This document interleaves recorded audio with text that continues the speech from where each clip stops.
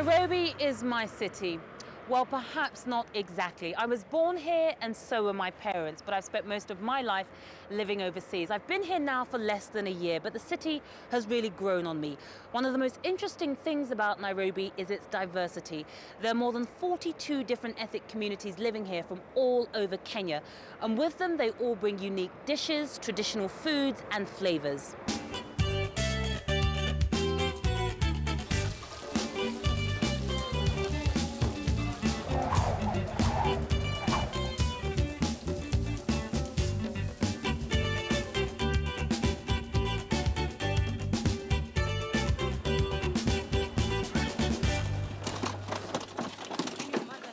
With all African cities, the divide between rich and poor is extreme, and Nairobi is certainly no exception.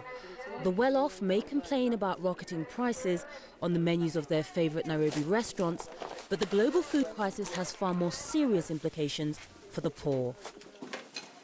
Judith Mango's customers may not have much money, but at least they have jobs. She prepares packed lunches at her home and then delivers them to office workers in the city. Nifanya kitu yako, fanya kama hivyo, fanya kitu yako, ufanye makosa, hakuna matata hapa. So here in Kenya, when we mean traditional food, most of the times we goes with the tribe. So like this food, it's originated from Kikuyu people. Like me, I'm a Kisi lady. So this is not our traditional food. But many of my customers, they're Kikuyu. So I must make them what they like.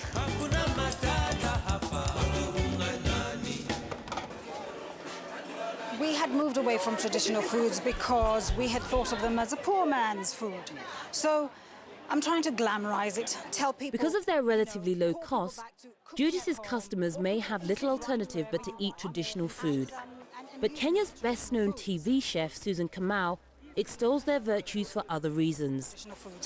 Traditional foods are much more nutritious. So we've arrived at this amazing market where you can get so many varieties of fruit and vegetables. Yes, this is Rebecca here. She's got a wonderful stall with a lot of different herbs and vegetables. This is kunde, and it comes in a bunch like this. She's told us it's 5 shillings a bunch. And then there's something like this which is very beautiful. This is very, look at the difference. Yeah. This is a kunde, small little leaves. This is what we call kahorura, which is the pumpkin leaf. Are you succeeding, do you think, in your effort to get people to come back to these very organic, very natural fruits and vegetables? I think so. I think we are succeeding because especially now we have these people getting sick from eating the wrong things. Susan explained to me that the so-called rich man's diseases like diabetes and high blood pressure are starting to appear in a sector of Kenyan society that can afford to eat at the fast food joints springing up around town. But Susan, there are factors addressing the availability of some of these traditional foods that you're trying to encourage people to eat, yes, right? Yes. This stall here handles lots of different beans. I was talking to the lady who mans this stall, and she says a tin like this, which is a common bean here, is 170 shillings. That's like a day's pay for many people. So you might find people who will buy that tin, take it home and cook it and eat it for the next 5 days because you can't afford to buy one every day. We've just had post-election violence just earlier on this year. People have been displaced, so there hasn't been farming, there hasn't been planting. The rainy season has just passed, and so you will find a lot of these, for example, which we do grow locally, have been imported. For example, this type of bean has been imported from Tanzania. And these are beans that traditionally would be grown here in Kenya? Yes, exactly. So bringing it in from outside makes it more expensive, and you know, it means that the person who would be growing it at home isn't doing it, which is a shame. You will find that in the central area, techniques of cooking is quite boring. Maybe we do a lot of boiling and a lot of mashing.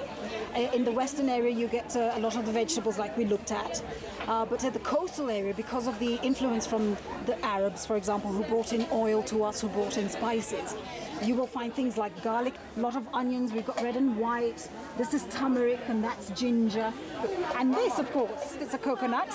And I think in the coastal they use this for almost everything they cook.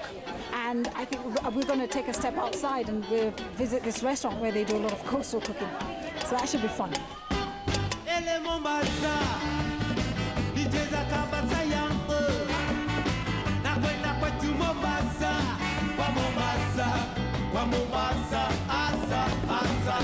Susan, most of the people eating street food aren't going to markets like the one we've been to.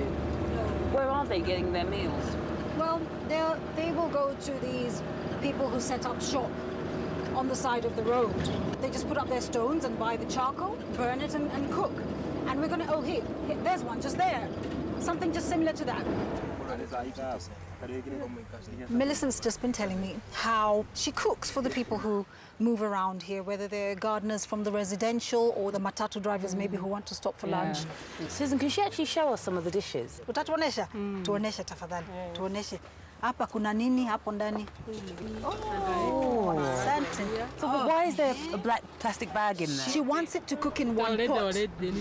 And so instead of mixing the beans and the maize, she separates in the bag. So it cooks in one pot. Is that because she's only got one pot? No, I want to save everything. Oh, you want to save on fire? And time. Yes. All those. So she's economizing by cooking several things in it, and then also the wood. At one time. And the wood. Yeah. Because she has to buy the wood or go collect it.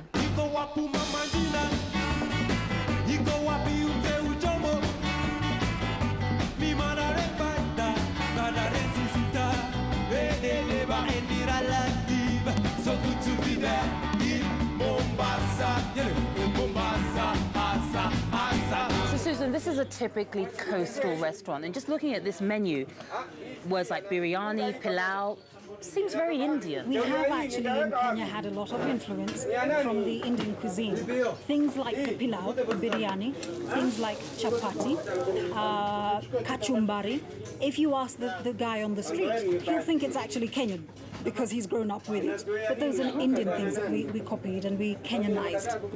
We want to order something. Okay. Is there anything you can suggest that is really nice? Biryani chicken. Biryani chicken. Or biryani fish. Biryani fish.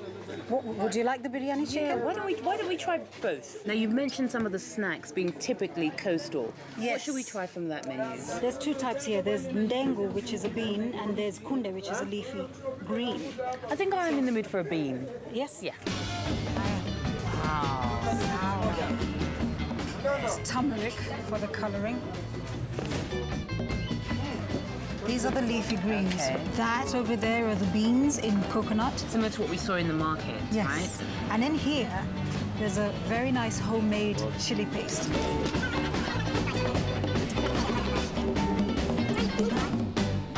What sort of money are people looking at spending on food like this? Well, I just had some rice, fish, and some vegetable. That's 250 shillings, which is about $4. And that's expensive for most Kenyan people. But, you know, just to show the difference, you know, we've got such a big range in Nairobi. From where we were at Millicent's, where you're just paying 25 shillings, to this, 250, to Carnival, where it's 100 times more. As the name suggests, a visit to this world-famous restaurant is all about eating meat. It gained its reputation in a time before the phrase endangered species crept into our vocabularies. Back then, you could admire the savannah's many majestic species of wildlife of an afternoon and then come here and eat them for dinner.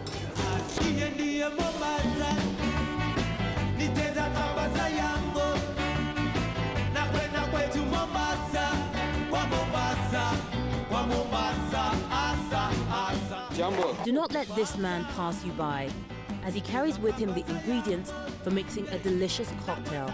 Dawa is the Swahili word for medicine. I will say no more. Many Kenyans I spoke to reckoned if the majority of the population could afford to eat meat all the time, then that's what they do. The Maasai tribe is no exception. 20 kilometers outside Nairobi, there's another unique restaurant called Ole Polis. They specialize in Kenya's most famous dish, nyama choma.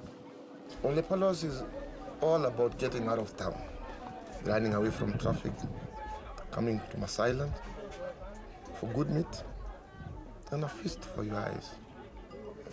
Our clientele is a mix of professionals, Come to Lepolos because that's where you can get the best out of nyama choma. Now let's talk about nyama choma. That's really why people come here. That's why they come.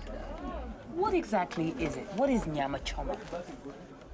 Well, meat, etc.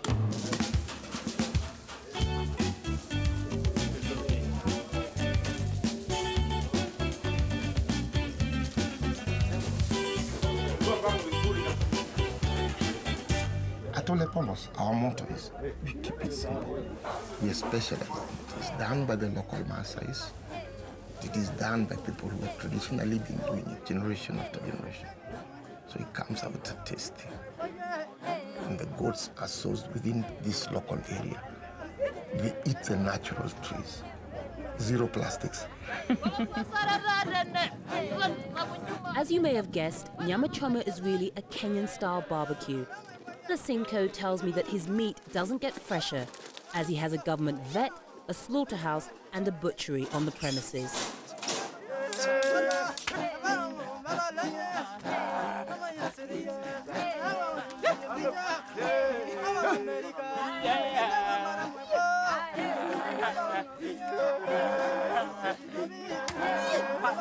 How important, how vital, how central is meat? Meat is a culture.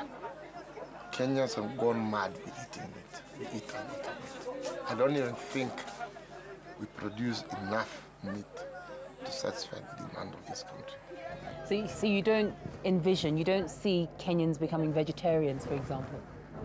Not in the near future.